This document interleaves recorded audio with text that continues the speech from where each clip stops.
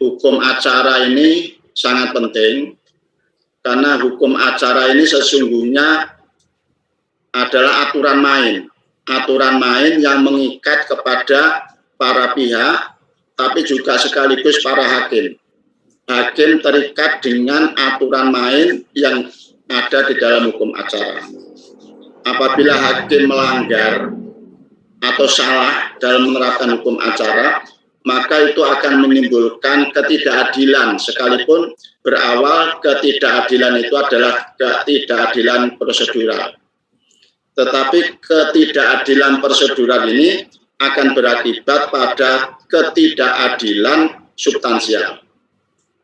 Misalnya orang salah menimbang alat bukti. Mestinya kalau pertimbangannya benar, objek itu tidak terbukti. Tapi karena pertimbangannya salah memahami dan salah menimbang, maka oleh hakim dianggap menjadi terbukti. Sehingga ini akan menjadikan kezaliman bagi hakim terhadap para pihak. Nah, mudah-mudahan ini tidak terulang, mudah-mudahan ini tidak terjadi di lingkungan kita. Karena itu, pada kesempatan ini, izinkan saya ingin menyampaikan beberapa temuan di dalam berkas perkara kasasi dan PK. Ini semua yang saya muat, yang saya sampaikan ini murni temuan, bukan ada yang fiktif, bukan ada yang rekayasa. Semuanya temuan terhadap berkas-berkas yang ada di dalam kasasi dan PK. Saya mulai aja untuk menyingkat waktu. Yang pertama, ini kasus posisi, mungkin Pak nomor pertama. Nah, eksepsi kompetensi relatif, ini judulnya eksepsi kompetensi relatif tanpa jawaban pokok perkara. Jadi sering ada pihak yang biasanya dengan pengacara itu menyampaikan jawaban. Dalam jawaban pertama itu dia hanya mengajukan eksepsi relatif atau eksepsi yang lain, tetapi tidak diikuti dengan jawaban pokok perkara. Ini kasusnya penggugat mengajukan gugatan waris umpamanya. Tergugat dalam jawaban pertamanya mengajukan eksepsi relatif tanpa mengajukan jawaban pokok perkara. Kemudian dilangsungkan dengan proses jawab-menjawab sampai pembuktian dan menjatuhkan putusan eksepsi, yang pada prinsipnya eksepsi ditolak. Pada proses berikutnya, tergugat mengajukan jawaban pokok perkara, replik, duplik sampai pembuktian dan menjatuhkan putusan yang pada prinsipnya mengabulkan gugatan penggugat. Jadi ini banyak, bahkan yang terakhir ini belum saya sidangkan, ada kasus tergugat mengajukan keberatan dalam jawaban pertama tapi isinya eksepsi. Nah, kemudian eksepsi itu diproses sampai putus, kemudian setelah itu dilanjutkan dengan jawaban pokok perkara sampai replik, duplik dan pembuktian dan diputus. Berdasarkan pasal 136, yaitu ya pasal 136, itu yang saya tulis, pasal 136 AIR, eksepsi yang tidak diajukan dengan jawaban pertama bersama dengan keberatan pokok perkara dianggap gugur. Ini eksepsinya. Jadi kalau ada eksepsi, kecuali eksepsi kompetensi absolut, tidak diajukan dalam sidang pertama bersama dengan pokok perkara, maka eksepsinya menjadi gugur. Tidak boleh lagi dia mengajukan eksepsi. Kalau dia mengajukan eksepsi, maka tidak memenuhi syarat formal. Itu jelas ya, ini sudah kita pahami semuanya. Kemudian yang kedua, kecuali eksepsi absolut pasal 134 HIR yang dapat diajukan setiap waktu dalam pemeriksaan perkara. Itu. Kemudian yang 1C, eksepsi kompetensi relatif dan absolut diselesaikan dan diperiksa, diputus sebelum memeriksa pokok perkara. Betul ya.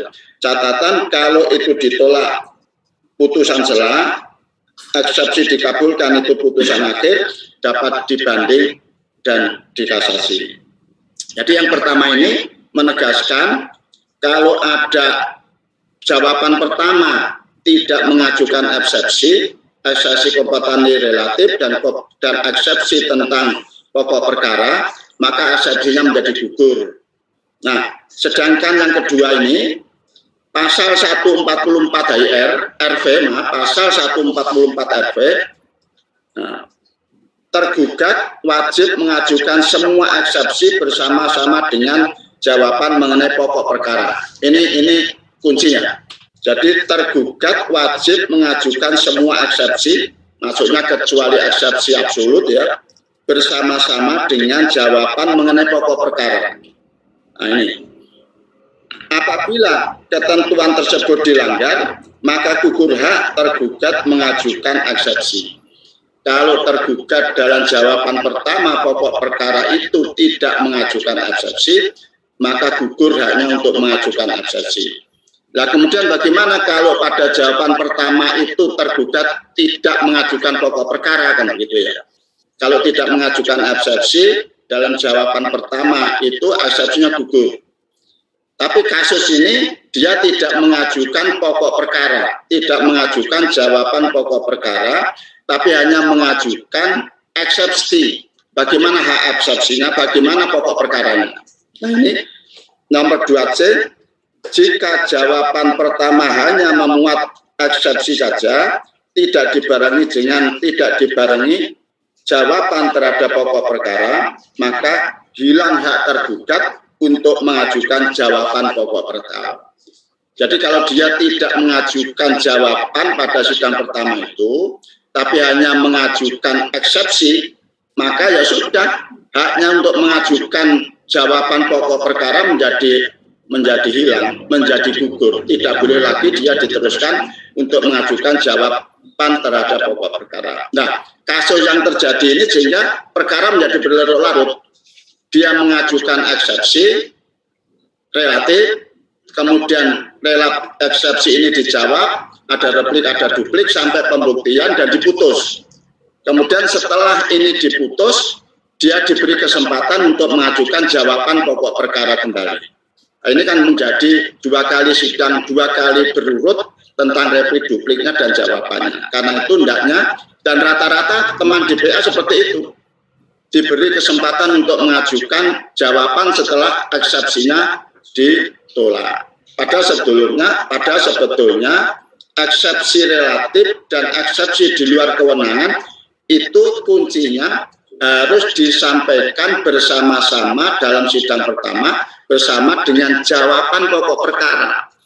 Kalau dalam eksepsi itu dia pertama itu tidak mengajukan jawaban pokok perkara, maka pokok perkara menjadi gugur.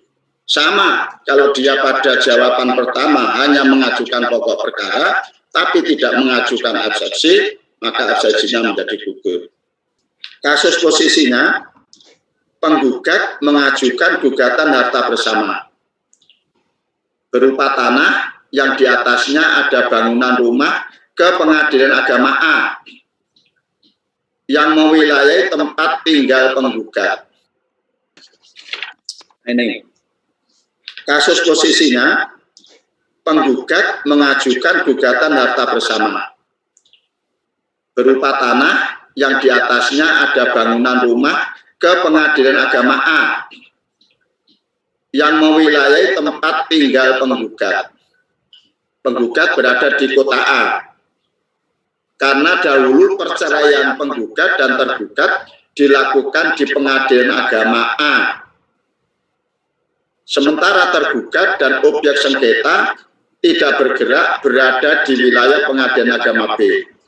Dalam jawabannya, tergugat mengajukan eksepsi kompetensi relatif bahwa Pengadilan Agama A tidak berwenang mengadili perkara aku karena tergugat berada di Pengadilan Agama B, bertempat tinggal di B dengan objek yang digugat juga berada di Pengadilan Agama B. Sehingga Pengadilan Agama yang berwenang adalah Pengadilan Agama B. Dalam replik dan duplik, penggugat dan tergugat masing-masing tetap pada jawabannya. Nah, ini sikap yudet faksi. Pengadilan Agama menolak eksepsi.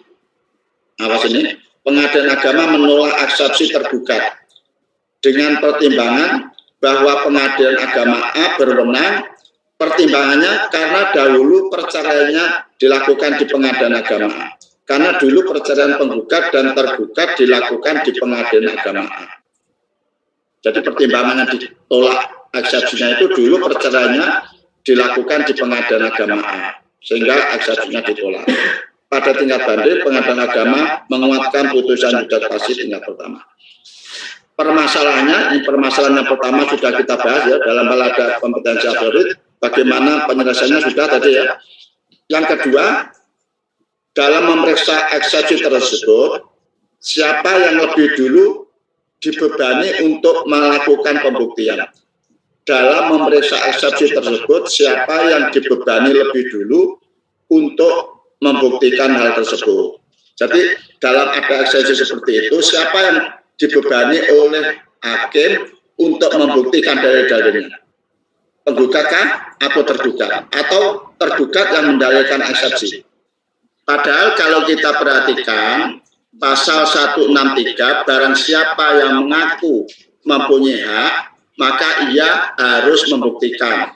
Barang siapa yang membantah, maka dia harus membantah. Barang siapa yang menyebutkan suatu peristiwa untuk mengakui haknya, menguatkan haknya, atau membantah orang lain, maka dia harus membuktikan.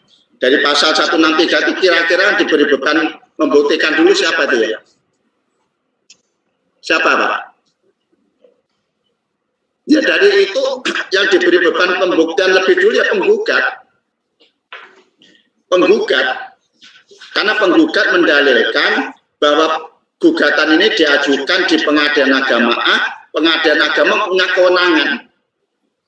Nah, si pengadilan agama A harus penggugat harus membuktikan bahwa gugatan itu diajukan di pengadilan agama A benar. Tapi sayangnya kasus ini yang dibuktikan perceraiannya, bahwa dulu perceraiannya dilakukan di pengadilan agama A. Oleh karena itu harta bersamanya juga menjadi wewenang pengadilan agama A. Nah, sedangkan tergugat membuktikan dalil bantahannya. Siapa sih yang lebih dulu mendalilkan ini, penggugat atau tergugat? Penggugat mendalilkan bahwa objek itu diajukan di pengadilan agama A dengan alasan tertentu, tergugatnya membantah. Jadi jawaban tergugat untuk membantah itu bukan dalil mendadak. Yang harus membuktikan dulu penggugat. Jadi penggugat harus membuktikan bahwa umpamanya kalau tergugatnya dibukti, penggugatnya bisa membuktikan tergugatnya itu punya KTP di A. Nah, tetapi ternyata ia tidak bisa membuktikan, dia hanya bisa membuktikan akte cerai, karena ini akte cerainya dikeluarkan oleh pengadilan agama A. Karena itu pengadilan agama A, kesimpulannya PA punya kewenangan. Dan maaf ini tadi itu kasus ini terjadi di pengadilan agama Jakarta Utara. Tadi ada Pak Sumail dari pengadilan agama Jakarta Utara, terjadi di pengadilan agama Jakarta Utara. Cerainya memang di Jakarta Utara, tapi setelah cerai tergugat itu bertempat tinggal dan KTP-nya di Tangerang. Nah, harta bersamanya di Tangerang, di Ciledug, di Ciputat. Diajukanlah gugatan di pengadilan agama A dengan alasan cerainya dilakukan di pengadilan agama A. Nah, tergugat bisa membuktikan bahwa dia itu orang Ciputat dan objeknya juga SHM-nya berada di Ciputat. Maka di tingkat banding itu dikuatkan, di tingkat kasasi dibatalkan, dikabulkan eksepsinya, kemudian di NU. Nah, kalau seperti ini kan kasihan kita itu ya, sudah sampai kasasi kemudian di NU. Itu Bapak Ibu jawaban yang bisa kami sampaikan. Ini kalau di sini ini jawabannya pasal 163, barang siapa yang mengatakan ia mempunyai hak atau ia menyebutkan suatu perbuatan untuk menguatkan haknya atau untuk membantah orang lain, maka orang itu harus membuktikan adanya hak itu atau adanya kejadian itu, yang artinya siapa yang mendalilkan dialah yang harus membuktikan. Penggugat mendalilkan apa? Penggugatlah yang harus membuktikan dulu. Kalau tergugat sudah bisa membuktikan atau tidak bisa membuktikan, maka barulah pindah kepada tergugat untuk membuktikan dalil bantahannya. Dia tidak ada di situ, tapi berada di kota B. Itu wajibannya tergugat untuk membuktikan, bukan langsung kepada tergugat. Kalau langsung kepada tergugat, kita kan tidak adil, itu namanya. Nah, dalam hal ada eksepsi kompetensi seperti tersebut di atas, maka beban pembuktian awal tetap berpedoman kepada pasal 163 HIR. Dalam perkara eksepsi seperti kasus tersebut, pembuktian awal tetap dibebankan kepada penggugat. Keempat, penggugat harus membuktikan bahwa gugatan diajukan di pengadilan agama itu adalah tepat beralasan. Kelima, sedangkan tergugat harus membuktikan bantahannya bahwa pengadilan agama A tidak berwenang dan objek berada di wilayah hukum pengadilan agama B.